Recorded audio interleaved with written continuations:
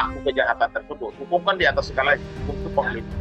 Siapapun yang melakukan kejahatan itu, mau anak jenderal kayak, mau anak polisi kayak. Setiap perkara yang memang paling menyedihkan adalah no viral, no justice. Ini pasti ada pengaruh besar dari oknum aparat. Kalau pelakunya itu harus dikasih hukuman maksimal dengan penjara.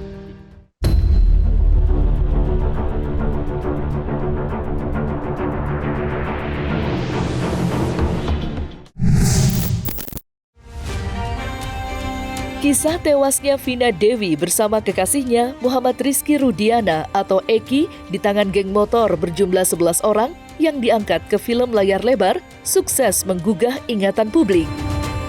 Tidak hanya peristiwa nahas yang merenggut nyawanya, tetapi juga 3 pelakunya yang diduga menjadi dalang di balik peristiwa tersebut sampai saat ini yang masih buron.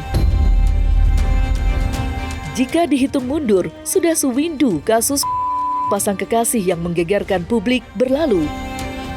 Sialnya, pihak kepolisian begitu kesulitan untuk mengungkap dan menangkap 3 pelaku utamanya yang diketahui bernama Denny, Andi, dan Peggy alias Perong. Peliknya kasus Vina mendapat tanggapan beragam dari sejumlah kalangan. Lantas, akankah kembali viralnya kasus Vina akan bernasib sama dengan kasus kopi sianida? Habis viral, terbitlah keadilan atau layu sebelum berkembang. Nah, kalau menurut saya memang saat ini kalau no viral no justice. Kalau sudah diviralkan, sudah pasti ya kasusnya akan diamin aja. Gitu. Kasus ini jangan dianggap dibiarkan, tetapi menunjukkan profesionalisme mereka sebagai penegak hukum sehingga keluarga dan korban mendapatkan satu keadilan sehingga tidak begitu lama kasus ini berlarut terus karena ini ada film Vina sehingga muncul lagi kasus ini viral. Tetapi seharusnya tanpa harus film ini muncul, ini juga harus bekerja secara profesional. Seperti kopi sianida, saya juga pernah berkomentar soal scientific crime investigation. Nah, di sini memang itu yang harus dan kita selalu dambakan, kepastian hukum dengan Pak polisinya mengedepankan objektivitas dan pembuktian secara saintifik dan berjenjang dalam memastikan hasil dari penyelidikan tersebut, karena memang disitulah kita diuji sebagai para penegak hukum. Selain di penyidikan juga akhirnya terbukti di pembuktian di meja hijau ya, di ruang sidang. Memang ketidaksesuaian antara hasil forensik dengan otopsi dengan cerita yang didakwakan kepada mereka. Makanya menurut saya memang kita wajib ya selalu mengkritisi dan mencoba meningkatkan kredibilitas kita, nggak cuma dari para penegak hukumnya juga, tapi para netizennya juga. Fungsi kontrol di masyarakat itu penting. Kita belum menemukan adanya keterkaitan seperti itu. Kita juga masih istilahnya otak pelaku itu belum ada di keterangan mereka. Setiap perkara yang memang paling menyedihkan adalah no viral, no justice. Tapi lambat laun setelah pemerintahan berganti, insya Allah ya, kita akan mendapatkan sesuatu yang paling berharga, yaitu kepastian hukum. Karena Indonesia ini sudah ingin maju. Memang yang harus ditegakkan mungkin ada, kalau saya boleh usul, seperti di Amerika sana ada namanya Federal Bureau Investigation. Artinya Badan Investigasi Federal. Kalau bisa di Indonesia itu ada Badan Investigasi Nasional.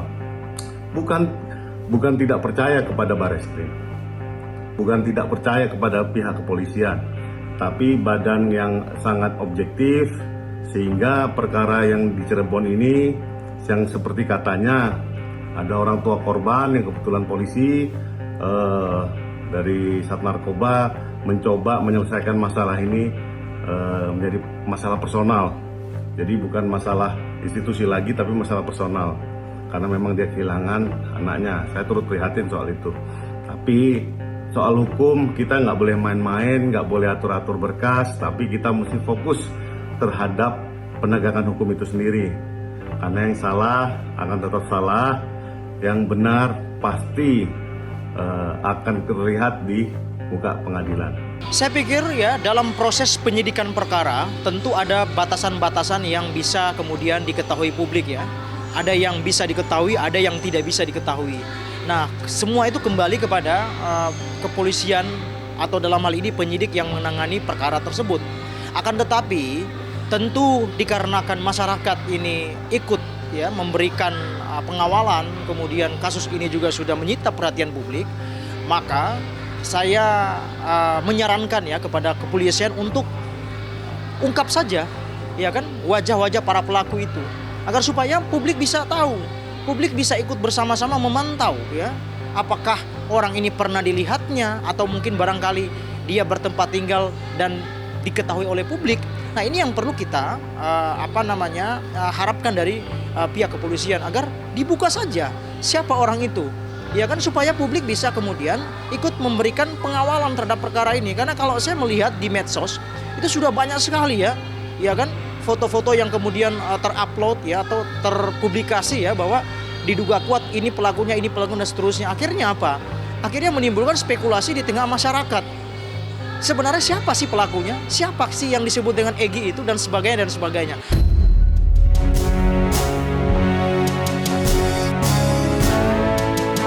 Kasus yang menimpa Vina dan kekasihnya Rizky atau Eki yang terjadi pada 27 Agustus 2016 di Desa Kepongpongan, Kecamatan Talun, Kabupaten Cirebon, sampai kini masih mengundang banyak tanya, mengingat 3 dari 11 pelakunya masih buron. Mantan anggota Sahabat Polisi Zanzabela yang juga seorang selebgram baru-baru ini mencoba mengkonstruksi kejadian tersebut. Menurutnya, kemunculan ayah Eki, Ibtu Rudiana, menjadi kunci untuk membongkar berbagai kejanggalan dalam peristiwa yang merenggut nyawa Eki dan Vina. Tidak hanya itu, Zanzabela juga menyoroti jabatan yang diemban polisi berumur 50 tahun itu yang sekarang menjabat sebagai Kapolsek Kapetakan Polres Cirebon Kota, Jawa Barat. Lantas, apa alasan Zanzabela mencurigai promosi jabatan yang didapat ayah Eki tidak lama usai peristiwa yang menewaskan putra kandungnya itu? Saya adalah orang tua kandung dari almarhum Muhammad Rizky Rudiana atau Eki. Saya mohon kepada seluruh warga negara Indonesia agar jangan membuat kami lebih sakit. Eki adalah anak kandung kami yang mana menjadi korban. Gini dong Pak, akhirnya Bapak harus buka suara ya. Berarti yang Aibtu atau Ibtu itu adalah memang Bapak yang direkomendasikan untuk sekolah perwira dan menjadi Kapolsek. Saya harap Bapak tidak hanya bungkam dan menutup kasus ini secara tidak langsung. Saya tahu Bapak akan dilema antara memilih sesuatu dan buah hati. Saya tidak diam. Saya terus berupaya dan bekerja sama dengan reskrim. Terbukti beberapa kita kami amankan dan sisanya sedang kami perjuangkan untuk dilakukan pengungkapan. Sekali lagi saya mohon doa, mudah-mudahan orang-orang yang telah mengambil nyawa anak saya bisa segera terungkap. Jadi kalau gue begini, kunci dari peristiwa ini adalah Bapak Aibtu Rudiana, bapaknya Eki ya. Nah, selama ini kita tidak pernah mendengar statement dari keluarganya Eki. Apakah benar pelaku yang 3 ini anak polisi yang pastinya mungkin jabatannya lebih tinggi daripada Aibtu ini, atau kalau misalnya ada oknum dari anak DPR, berarti yang harus diusut itu DPR RI 2014 Cirebon, mungkin seperti itu. Jangan berasumsi atau memberikan statement-statement yang akan mungkin lebih membuat kami sakit. Kami cukup yang mengalami selama 8 tahun agar seluruh Indonesia bisa mendoakan anak saya supaya tenang dan juga bisa mendoakan supaya pelakunya bisa segera terungkap. Aibtu Rudiana, ya. Aibtu itu adalah pangkat dari orang yang lolos Bintara, bukan perwira dari Akademi Polisi. Lalu di 2022 ada yang bernama Ibtu Rudiana yang kemudian jabatannya adalah Kapolsek. Ibtu itu adalah perwira, pangkat dari perwira. Ya, tapi kalau melihat lagi usianya 49 tahun, beliau baru Ibtu, artinya beliau bukan berangkat dari Akpol, melainkan ada promosi di sana yang merekomendasikan beliau untuk sekolah perwira, lalu dapatlah dia pangkat Ibtu dan menjabat sebagai Kapolsek. Tidak mungkin kemudian orang sudah tersangka yang 8 itu, mereka justru ada yang tidak saling kenal satu sama lain. Apakah pada masa itu kasus ini dianggap kasus yang sangat biasa karena di sana memang banyak sekali geng motor yang suka buat masalah, ya, sehingga udah ciduk-ciduk aja ini praduga saya tidak menuduh. Ya, jangan kemudian kasus ini direkayasa. Saya setuju dengan dari Bapak ini yang berbicara di dua sisi. Memang banyak kejanggalan. Harusnya ini direka ulang, dan yang membukanya itu adalah pejabat yang lama di Cirebon. Karena logikanya ketika 3 pelaku ini adalah orang hebat, maka tidak mungkin mereka tidak dipantau oleh Bapak atau orang-orang yang melindungi mereka, orang-orang besar yang melindungi mereka. Mereka pasti sosial medianya dipantau. Tidak sebebas itu. Kalau memang 3 orang ini adalah anak petinggi. Pengusutan ulang, jadi jangan terfokus kepada hasil kesurupannya, ya. Karena belum tentu 100% itu benar. Belum tentu juga orangnya bernama EG, ya. Bisa jadi itu hanya nama panggilan atau nama samaran. Jangan sampai yang gua takutkan terjadi penggiringan opini daripada netizen untuk menunjuk tersangka selanjutnya yang memang bukan tersangka, mungkin akan menjadikan itu sebagai ide untuk keluarga si pelaku yang dilindungi ini.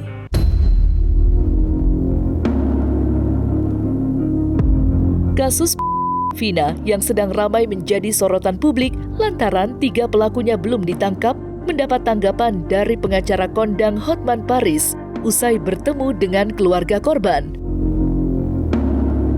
Dengan lantang, Hotman menduga di antara 3 pelaku Vina merupakan anak dari salah satu petinggi aparat kepolisian.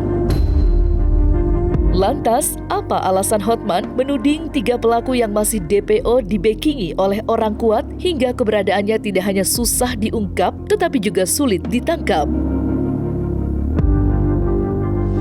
Diduga ada pengaruh di sini. Ada pengaruh di sini sehingga 3 orang ini bahkan sampai sekarang seolah-olah alamatnya tidak jelas, padahal itu harusnya di BAP itu ada, ya. Dan jadi himbauan kami kepada Bapak Kapolri adalah ini ada sesuatu yang tidak beres di penyidikan di awal. Kalau 8 orang pelaku sudah menyatakan ada 3 orang lagi sebagai pelaku yang lain dan itu bersamaan semua dalam BAP terpisah, ya, nggak mungkin itu karangan, nggak mungkin itu koinsiden. Tapi kemudian kok bisa di BAP berikutnya pada saat di BAP akhir, pada saat pelimpahan mereka merubahnya seolah-olah menyangkal bahwa keterlibatan 3 orang ini. Ini pasti ada pengaruh besar dari oknum aparat di daerah Jawa Barat ini.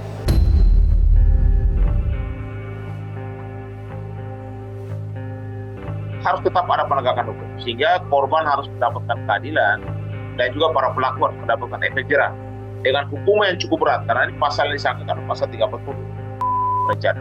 Katanya bahwa salah satu pelaku ini adalah orang tuanya dari oknum kepolisian, tapi itu belum ada kepastian. Terutama yang DPO ini, ya. Namun kita ada kecurigaan karena apa? Karena kok bisa gitu? Enggak, sepertinya masih kurang dilakukan penyidikan serius atas 3 orang ini. Jangan-jangan belum pernah ke desa itu, tapi DPO sudah diumumkan. Jangan-jangan, kita belum tahu. Kalau benar sudah diumumkan DPO oleh Humas Polda Jabar, tapi belum pernah ke desa itu, pertanyaannya, ada apa ini? Pasti ada sesuatu rumput yang bergoyang. Jadi kami harap kalau ada berita-berita yang mengatakan bahwa identitas yang bersangkutan sudah diketahui, sudah disembunyikan oleh pihak polisian, itu tidak benar. Dan ada dugaan dia anak pejabat atau anak siapa, kayak nggak ada urusan. Hukum harus ditegakkan. Dan kepada siapapun yang ditangkap, terutama pelaku daripada, bukan pelaku, dia otak daripada kasus tersebut, disertai dia tersebut, itu harus dihukum berat. Kalau yang 7 orang itu, 8 orang sudah dikasih hukuman, 7 orang sudah seumur hidup, dengan 1 8 tahun karena masih anak di umur. Kalau pelakunya itu harus dikasih hukuman maksimal dengan penjara. Kalau sampai Polda Jabar berani mengumumkan bahwa 3 DPO ini berasal dari desa ini, tapi penyidiknya belum pernah ke desa itu, minimum akhir-akhir ini berarti ada pertanyaan besar, ada apa?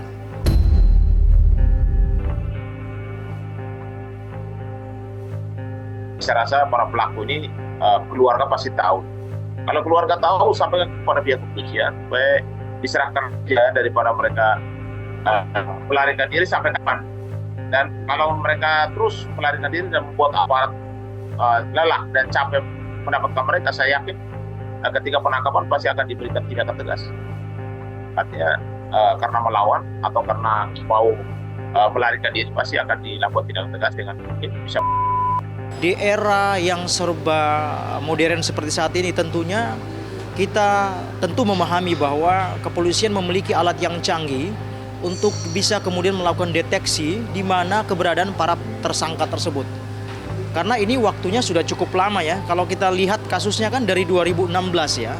Akan tetapi 3 tersangka yang masuk dalam daftar pencarian orang tersebut sampai hari ini belum ditemukan. Oleh karena itu memang kita akan terus ya memberikan support kepada kepolisian terkait ya, dalam hal ini Polda Jawa Barat, untuk bisa menemukan, mencari di mana para tersangka itu kabur, agar supaya kasus Vina ini bisa memberikan kepastian hukum dan terlebih lagi ada keadilan yang didapatkan oleh pihak keluarga korban. Karena korbannya ini telah meninggal dunia, tentu yang diharapkan adalah keadilan dan juga kepastian hukum atas kasus yang sudah bergulir lama.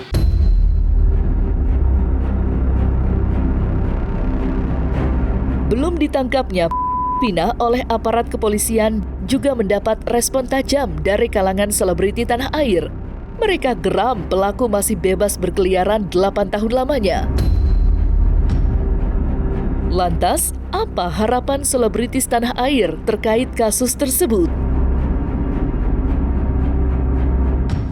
Nah, kita berharap lagi semoga Bapak Polisi bisa lebih keren lagi untuk mengungkapkan kasus ini secara tuntas gitu. Secara tuntas, karena ini menyangkut nyawa anak manusia gitu, yang terenggut nyawanya gitu loh.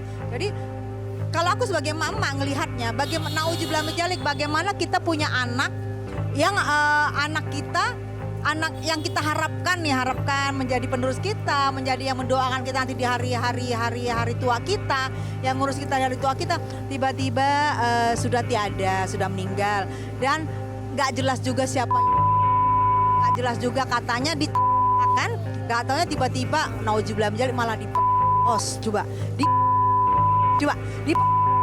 rame-rame gitu.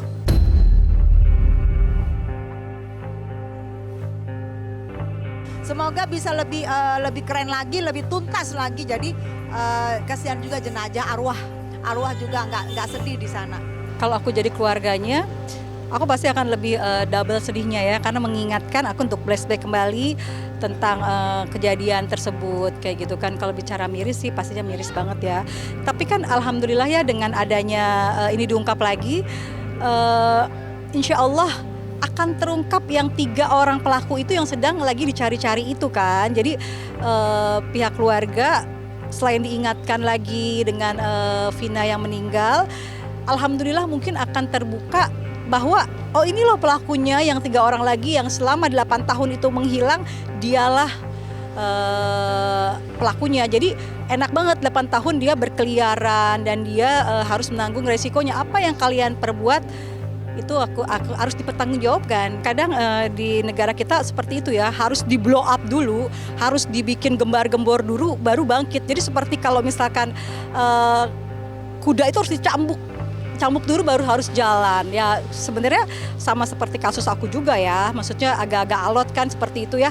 Jadi laporannya agak lama kayak gitu kan, karena memang seperti itulah kadang harus terus-terusan kita kita genjot, harus diingatkan, harus dibangun lagi supaya diingatkan seperti itu. Jadi mungkin pihak kepolisian baru akan bergerak seperti itu. Melayani masyarakat, harusnya melayani. Jangan kasus-kasus yang harusnya urgent dilupakan. Jadi ayolah maju terus membela kebenaran, jangan membela yang bayar, membela kebenaran. Karena kalau kita ke kantor polisi kan selalu ada tulisannya tuh, melayani masyarakat, harusnya melayani dengan baik ya Bapak Polisi ke depannya. Mudah-mudahan semua kasus yang ada, bukan cuma kasus Vina, harus diusut dengan tuntas.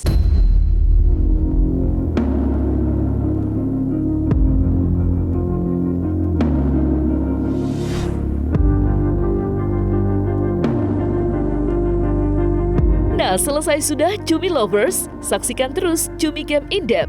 Kabar lengkap, mendalam, dan akurat dari narasumber terpercaya. Dan jangan lupa untuk like, subscribe, dan juga share channel YouTube Cumi Cumi.